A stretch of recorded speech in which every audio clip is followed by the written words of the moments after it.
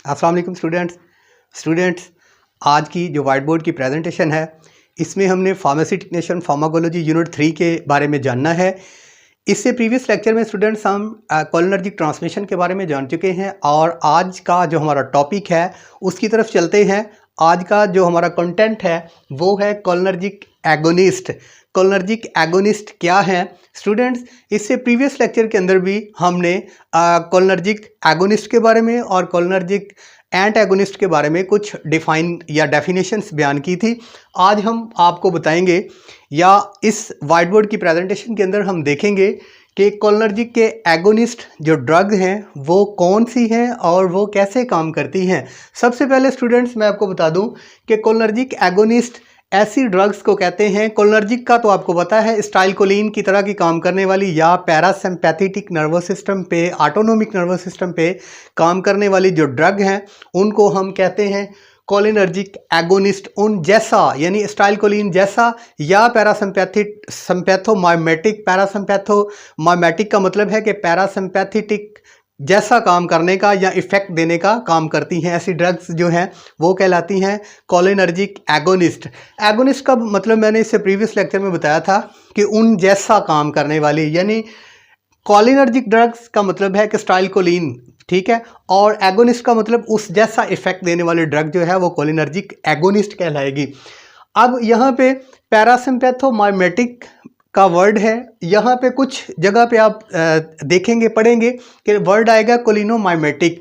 कोलिनोमाइमेटिक और पैरासिम्पैथोमाइमेटिक का जो वर्ड्स हैं जो स्टूडेंट्स ये अलग-अलग है, लेकिन अगर इनके मीनिंग्स को देखा जाए तो कोलिनोमाइमेटिक यानी स्टाइलकोलिन जैसा काम करने वाली, और पैरासिम्पैथोमाइमेटिक जो है वो पैरासिम्पैथेटिक जो हमारा नर्वस सिस्टम है, ऑटोनोमिक नर्वस सिस्टम, उस जैसा जो उस रिसेप्टर पे काम जो वो रिसेप्टर काम कर रहा है स्टाइलकोलिन का, उस जैसा काम करने वाला जो इफ़ेक्ट है वो पैरासिम्पैथोमाइमेटिक है, यानी पैरासिम्पैथिक को मीमिंग कर रहा है।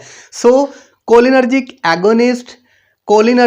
एगोनिस्ट, उसके बाद कोलिनोमाइमेटिक, उसके बाद पैरासिम्पैथोमाइमेटिक, ये सेम नाम है स्टूडेंट्स। और ऐसी ड्रग्स जो कोलिनोमाइमेटिक या कोलिनर्जिक जैसा काम करती हैं उनको कहते हैं एगोनिस्ट। एगोनिस्ट के बारे में प्रीवियस लेक्चर में इनकी डिटेल हम पढ़ चुके हैं।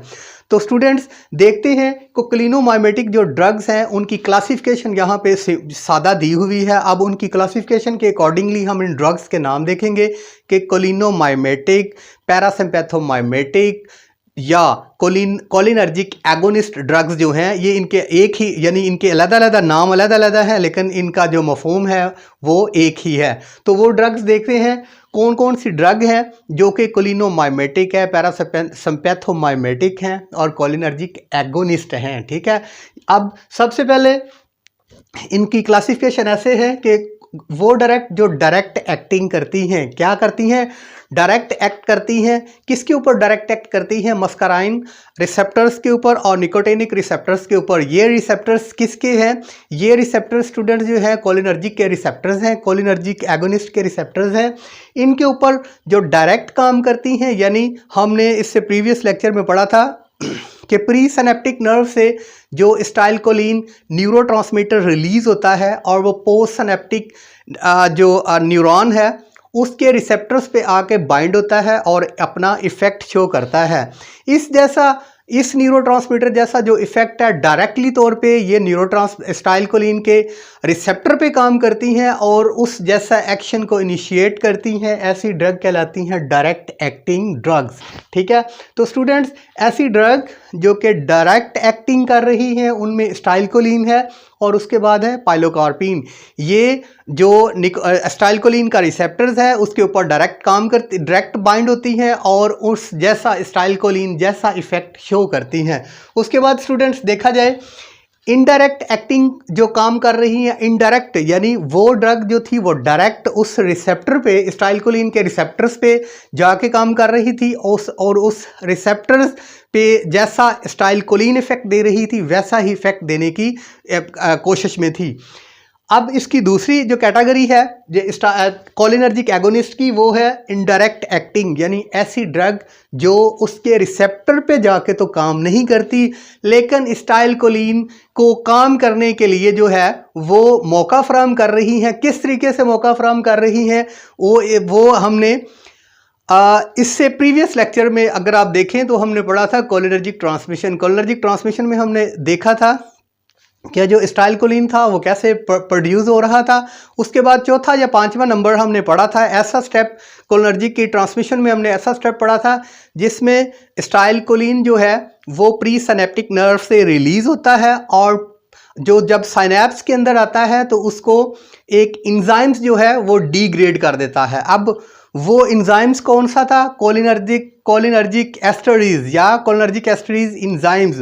वो इंजाइम्स जो था वो साइनेप्स के अंदर आके इसको डिग्रेड कर रहा था। किसको? एसिटाइलकोलिन को।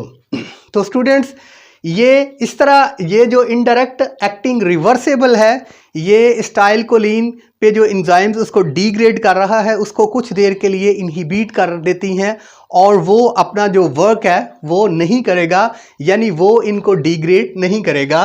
तो इस सूरत में जो एसिटाइलकोलिन है वो उसको टाइम मिल जाएगा अपने जो रिस्पेक्टिव रिसेप्टर पे काम करके और अपना एक्शन को शो करने के लिए।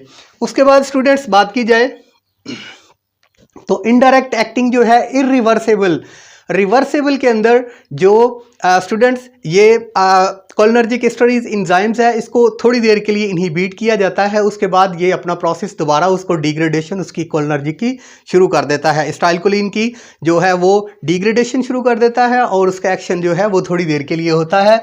लेकिन इनडायरेक्ट एक्टिंग जो है इरिवर्सेबल, ये लॉन्ग टाइम के लिए इसके साथ बाइंड करता है। किसके साथ? कोलिनर्जिक एस्टरीज एंजाइम्स के साथ ये ड्रग बाइंड करती हैं और उसको ज़्यादा देर तक जो है वो इनहिबिट किए रखती हैं ताकि वो एसिटाइलकोलिन को डिग्रेड ना करे। यानी एसिटाइलकोलिन जब प्री सिनेप्टिक नर्व से पोस्ट सिनेप्टिक नर्व में सिनेप्स के अंदर रिलीज हो जाएगा तो उसको डिग्रेड कौन कर रहा था? Cholinergic estuaries. और अगर कोलिनर्जिक एस्टरीज एंजाइम्स को इनहिबिट कर देंगी इनडायरेक्ट एक्टिंग इरिवर्सेबल ड्रग, तो वो लॉन्ग टाइम के लिए जो है एसिटाइलकोलिन को अपने रिस्पेक्टिव रिसेप्टर्स पे बाइंड होके काम करने का मौका मिल जाएगा। तो इसकी जो एग्जांपल है स्टूडेंट्स इनडायरेक्ट एक्टिंग की वो फाइसोस्टिग्माइन है, और जो दूसरी इसकी एग्जांपल है नियोस्टिग्माइन है। और indirect acting irreversible long time के लिए जो कोलिनर्जिक एस्टरीज एंजाइम्स को इनहिबिट करेगा ये है इकोथायोफेट, ठीक है। उसके बाद रीएक्टिवेशन ऑफ एसिटाइलकोलिन एस्टरीज।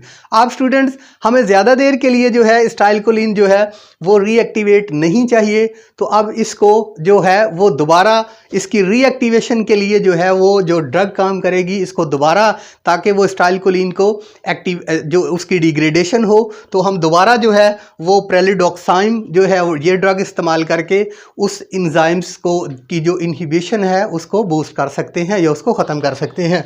तो इसके स्टूडेंट्स जो है वो मार्केट के अंदर जो ड्रग है प्रेलिडोक्साइम्स के नाम से है। इससे अगले लेक्चर के अंदर स्टूडेंट्स हम पढ़ेंगे मस्काराइन रिसेप्टर्स के बारे में और निकोटीन रिसेप्टर्स के बारे में। हमारे सिलेबस के अंदर निकोटीन और मस्काराइन रिसेप्टर्स की डिटेल नहीं है, लेकिन उस डिटेल पढ़ने के बाद हम इस काबिल हो जाएंगे कि मस्काराइन रिसेप्टर्स का इफ़ेक्ट क्या होगा, कैसे वो काम करेगा, उसकी टाइप्स क्या होंगी और निकोटीनिक रिसेप्टर्स की टाइप्स क्या होंगी, कहाँ पे प्रेजेंट होगा। और अगर इन रिसेप्टर्स के बारे में जान लेंगे तो इन ड्रग्स की डिटेल हम आसानी से समझ में हमें आ जाएगी। अगला लेक्चर जो होगा मस्काराइन रिसेप्टर्स और जो निकोटीनिक रिसेप्टर्स हैं उनकी डिटेल के बारे में होगा, उसे मिस ना कीजिएगा। बहुत शुक्रिया। अस्सलाम वालेकुम।